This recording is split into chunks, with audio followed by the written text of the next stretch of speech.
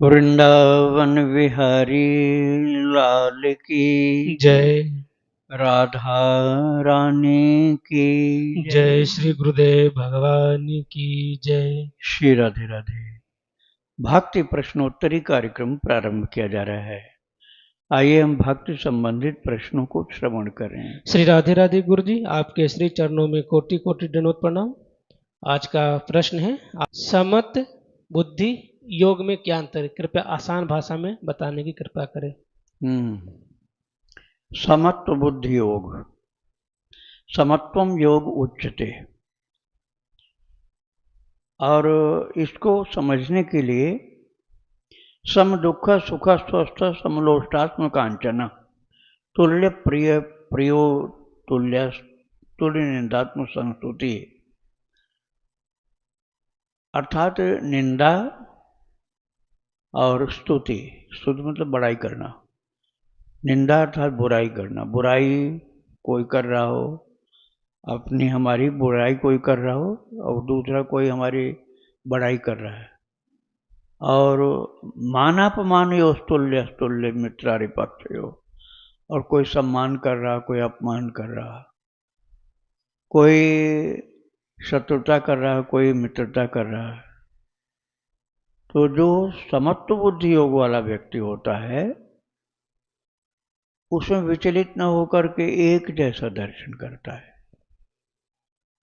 ये बहुत ऊंचे महान पुरुष का ही कार्य होता है, हर कोई ये कार्य नहीं कर सकता है। इसलिए समत्व बुद्धि योग बहुत ऊंचा योग है। आप ऐसे समझिए, भगवान श्री राम के लिए रामायण में लिखा हुआ है, प्रसन्नतां यान गताभिषेकस्तथा न ममले वनवास दुःखतः। भगवान राम जी के लिए लिखा हुआ है मानस में, प्रसन्नतां यान गताभिषेकः। राम जी का राज्याभिषेक होने वाला था, यह सुनकर के राम जी को कोई प्रसन्नता नहीं हुई। और तथा न ममले वनवास दुःखतः, और अगले दिन वनवास हो गया। कहाँ तो राजा बनने वाले थे, कहाँ वनवास उनको मिल गया, अर्थात वनवासी बना दिए गए। तो राजा बनने की घोषणा से उनको कोई प्रसन्नता नहीं थी, और जो वनवास उनको कर दिया गया कि 14 वर्ष के लिए वनवास, तो न ममले वनवास दुखता, वनवास के दुख से दुखी भी नहीं हुए, न राज मिलने से प्रसन्न हुए और न वनवास होने से दुखी हुए। इसी को कहा जाता है समत्व बुद्धि योग। अर्थात हमको बहुत पैसा मिल गया तब भी हम फूल के कुप्पा न हो जाएं, और हमारा सब कुछ लूट गया तब भी रो रो कर बुरा हाल नहीं होना चाहिए। बुद्धि को ठीक से पवित्र रखो तो समझ में आ जाएगा, पहले भी तो नहीं को कुछ था। जब जन्म हुआ था तो वस्त्रहीन हम नंगे आए थे, हाथ में कुछ नहीं था। ऐसे ही जाना भी है, बीच में ये मिलन बिछो, ये तो सब प्रकृति का खेल है, प्रारब्ध का खेल है, अथवा हमारे ठाकुर जी की इच्छा है। इस बात को समझ करके जो अप डाउन होता रहता है वह हमारे आध्यात्मिक जीवन का अप डाउन नहीं, सांसारिक मान अपमान सुख दुख हानि लाभ तिरस्कार सत्कार विजय पराजय, सांसारिक विजय पराजय, उसमें समत्व अपने को अपनी समता को बरकरार रखें। अर्थात हम घबराएं नहीं, बहुत ज़्यादा प्रसन्न भी न हो जाएं और घबराएं भी नहीं।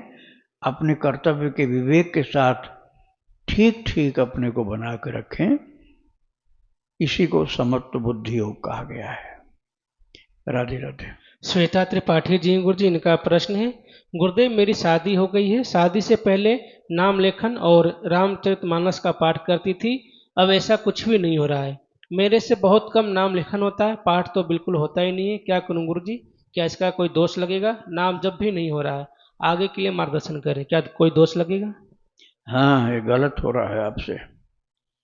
शादी के पहले ये तैयारी करनी थी कि हमको ससुराल में जाकर अपनी भक्ति को नहीं बिगाड़ना है और अच्छी सावधानी से करना है। तो वह आपने पहले नहीं सावधानी किया, तो अब सुधारो अपने चरित्र को, अपनी भक्ति को, अपने ठाकुर जी से प्रेम करो, अपने भगवान से प्रेम करो तो सब सुधरता जाएगा। अब आपका प्रेम यदि भगवान से हट गया, कम हो गया और ससुराल में प्रेम ज़्यादा हो गया तो फिर भजन कम हो ही जाएगा।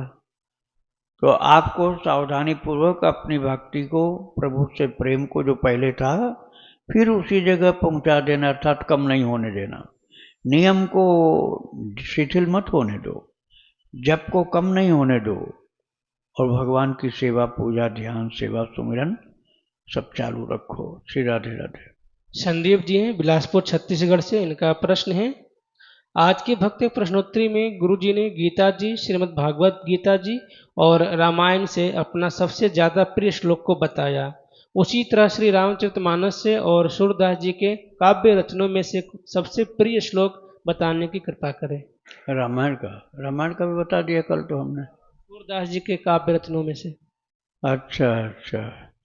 मेरो मन अनंत कहाँ सुख पावे, जैसे उड़ी जहाज को पंछी पुनि जहाज पे आवे। मेरो मन अनंत कहाँ सुख पावे, जैसे विशाल समुद्र में एक जहाज चलता हुआ, तैरता हुआ चल रहा है और उस पर एक पक्षी आके बैठ गया। अब वो जब बैठा पक्षी तब वो किनारे था जहाज, अब पहुंच गया मध्य में। अब पक्षी यदि किनारा देख ही नहीं पा रहा, सैकड़ों हजारों किलोमीटर दूर किनारे हो गए, वहां से उड़ता है पक्षी तो फिर कहाँ जाएगा? घूम फिर करके चारों तरफ से लौट के फिर उसी जहाज पर आएगा।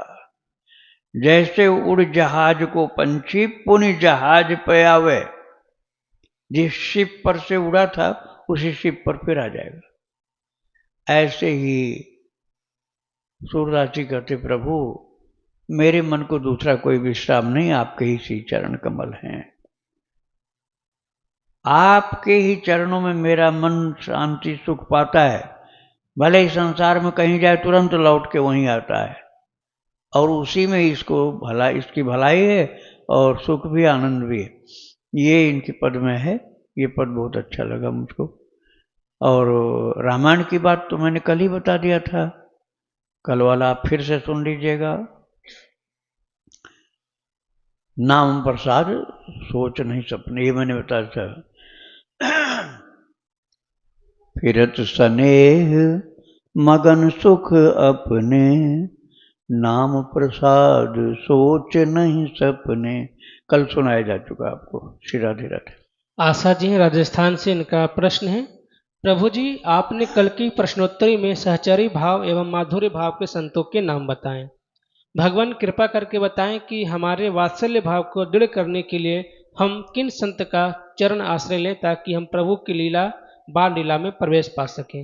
हाँ, आपको बता रहे हैं। देखिए, बाल भाव की उपासना अर्थात वात्सल्य भाव की उपासना, इसके आदर्श जो हैं दशरथ जी महाराज हैं। दशरथ जी राम जी कितने बड़े हो गए लेकिन उनको छोटा बच्चा मान करके बंधु अवध भुआल, सत्य प्रेम जेहि राम पद, बिछुरत दीन दयाल, प्रियतन तृण इव परिहरो। नंद बाबा, यशोदा माता, कौशल्या माता, श्री दशरथ जी, ये वात्सल्य भाव के महान आदर्श हैं। राम का वियोग सहन नहीं हो सका उनको। गणेश कुंवरी माता का चरित्र सुनाया गया है।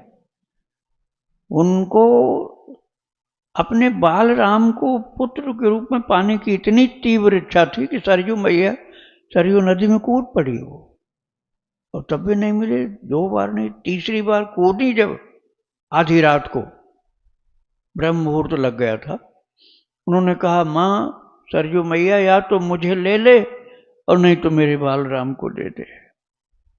तो गोद में दे दिया सरयू जी ने। और अभी लगभग 20-25 साल पहले थे, 25 साल के लगभग पहले थे, संत गया प्रसाद जी महाराज गोवर्धन परिक्रमा में रहते थे। वात्सल्य मूर्ति थे, बिल्कुल वात्सल्य भाव के ही संत थे वो। कृष्ण को बच्चे के रूप में देख करके प्यार करते थे, दुलार करते थे।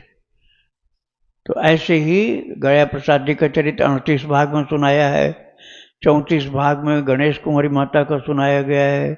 एक चरित्र आप सुनिए और उसी तरह से उनसे प्रेम करिए, वात्सल्य भाव से उसका पोषण होता जाएगा। राधे राधे। काव्या मिश्रा जी हैं गुरु जी, इनका प्रश्न है, गुरुदेव घर में मरण का सूतक होने पर क्या अपने आसन पर रोज की तरह बैठकर तुलसी जी की माला से गुरु मंत्र का जाप कर सकते हैं? कोई दोष तो नहीं लगेगा? कोई दोष नहीं लगेगा। मरने का काम रुक सकता है क्या? कभी भी नहीं रुक सकता है, तो भजन क्यों रुक जाएगा? मरने का काम तो रुकता नहीं, कोई न कोई दिन आ ही जाता है मरने का, अपना भी आने वाला है। सब लोग मर रहे हैं, क्या हम बचेंगे? तो भजन काहे छोड़े भाई, अपना नुकसान क्यों करो? सबसे ज्यादा इम्पोर्टेंट काम है ठाकुर जी की भक्ति करना, प्रभु का भजन करना, ध्यान करना, जप करना, सेवा करना। अब उस काम को छोड़ दोगे तो फिर तो जीवन बेकार है। इसलिए मरण सूतक कुछ नहीं होता है। जिसको कर्मकांड मानना है वो कर्मकांड माने, भक्ति करना है तो कोई बाधा नहीं है, आप खूब भक्ति करो। राधे राधे। इनका दूसरा प्रश्न है, महाराज जी इच्छा रहित कैसे हुआ जाता है, बताने की कृपा करें। इच्छा रहित होने के लिए भगवान पर विश्वास, उनकी कृपा पर विश्वास, उनके अनुग्रह पर संपूर्ण भरोसा, और प्रारब्ध सत्य है, दुर्निवार है, उसको भी मानना। तब धीरे धीरे इच्छा दूर होगी, इच्छाओं से निवृत्ति होगी। लेकिन ये भी करना है कि थोड़ा तपस्या और त्याग करना पड़ता है इसके लिए। तपस्या और त्याग के बिना इच्छा से निवृत्ति केवल विचार से जल्दी नहीं हो पाती, तपस्या भी करना पड़ेगा। जैसे हमको थोड़ा से काम चल रहा है तो ज़्यादा कहीं संग्रह न करें, थोड़े से काम चल जाता तो ज़्यादा संग्रह न करें, ये तपस्या हो गई। और त्याग का मतलब ये हुआ कि चीज तो अपने ही काम भर के है, लेकिन दूसरे को तकलीफ है तो हम अपनी चीज दे दें उसको। हम अपनी वस्तु दूसरे के सुख सुविधा के लिए दे सकें तो इच्छाओं का दमन होता जाएगा। हमको नहीं चाहिए, हमको दूसरों के सुख के लिए अपनी चीज को बलिदान करना, दे देना, त्याग कर देना। ऐसे करते करते वो भगवान की कृपा पर भरोसा रखना कि फिर प्रभु देंगे। हमको पैदा होते समय लेके आए थे, ठाकुर जी ने दिया था, अब फिर ठाकुर जी देंगे। जितना हमारे प्रारब्ध में वो मिलेगा, मिल के ही रहेगा, वो जा नहीं सकता कहीं। जितना हमारे प्रारब्ध में वो मिलेगा भगवान देंगे, और जो हमारे प्रारब्ध का नहीं होगा वो जाएगा जरूर और रुकेगा नहीं। तो इस तरह से विश्वास भगवान पर करो, प्रारब्ध को भूलो नहीं, और लोगों के हित के लिए उसको देते रहो जो प्रभु ने दिया तुमको, तभी इच्छाओं का दमन होता चला जाएगा। राधे राधे। संजू शर्मा जी हैं कोटा से, इनका प्रश्न है, मैं 15 वर्ष की अवस्था से चौथ माता रानी को ही अपना इष्ट मानती हूँ। अभी मेरी उम्र 50 वर्ष की है।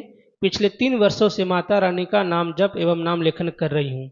महाराज जी आपकी प्रेरणा से मैंने महामंत्र हरे राम हरे कृष्ण की 8 माला के स्थान पर 16 माला शुरू कर दी, लेकिन नाम जप और नाम लेखन में माता रानी के नाम का ही करती हूँ। रामचरितमानस जी का पाठ रोज करती हूँ। महाराज जी क्या मेरा नाम जप सही दिशा में चल रहा है?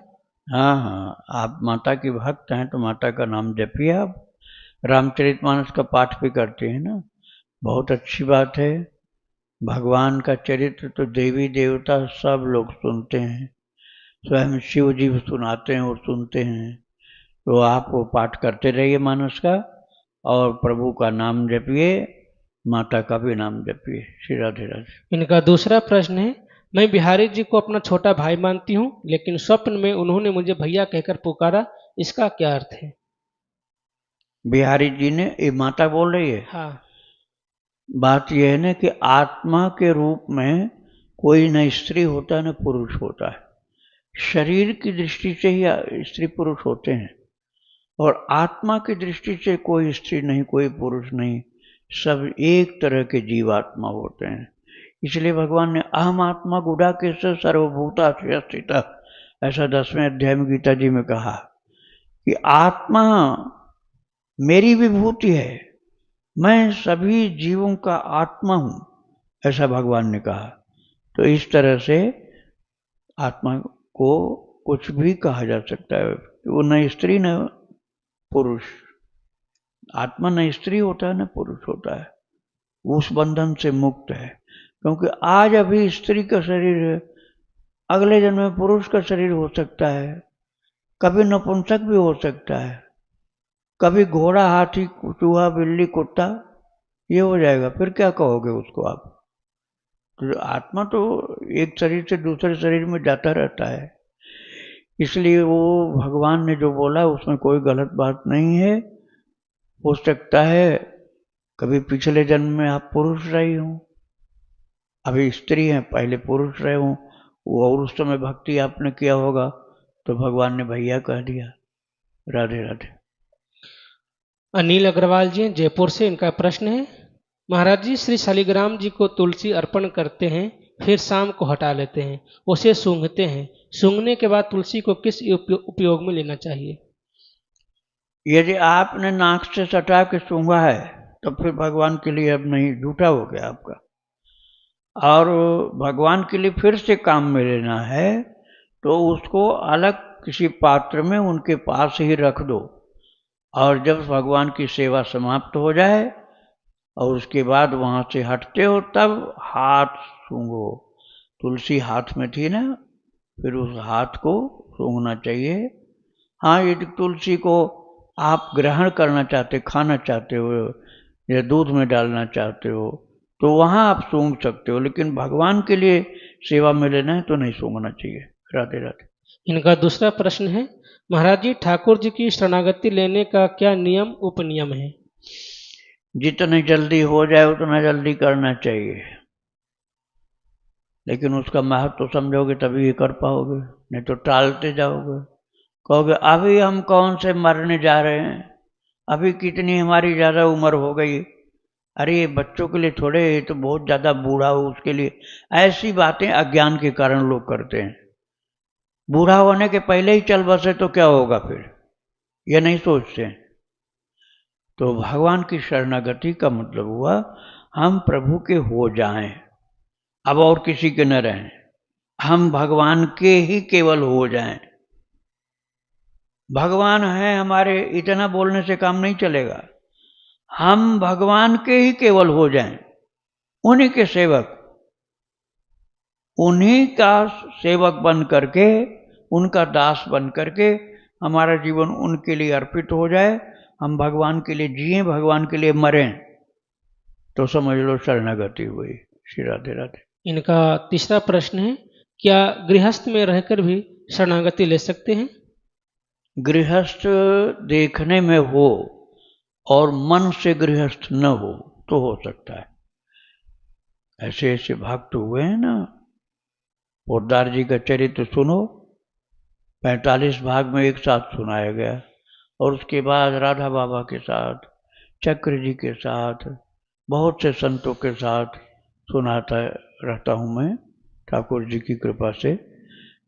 तो वो घर में होते हुए पूरे सन्यासी थे, संत थे, विरक्त थे। तो आप घर में रह करके भी शरणागत भगवान के हो, ये बहुत अच्छी बात है। शरणागति सभी के लिए होती है प्रभु की। श्री राधे राधे। इनका आखिरी प्रश्न है, महाराज जी नाम जब माला से करना ज़्यादा लाभदायक है या कॉपी में लिखने से? यदि आई साइट वीक नहीं है, दृष्टि आपकी ठीक है, तो आप लाल स्याही से लिखना चालू रखो, लेकिन उसमें बात मत करना किसी से, नहीं तो आपके जप की महिमा कम हो जाएगी। और यदि दृष्टि में कमी है तो लेखन नहीं करो, जप करो।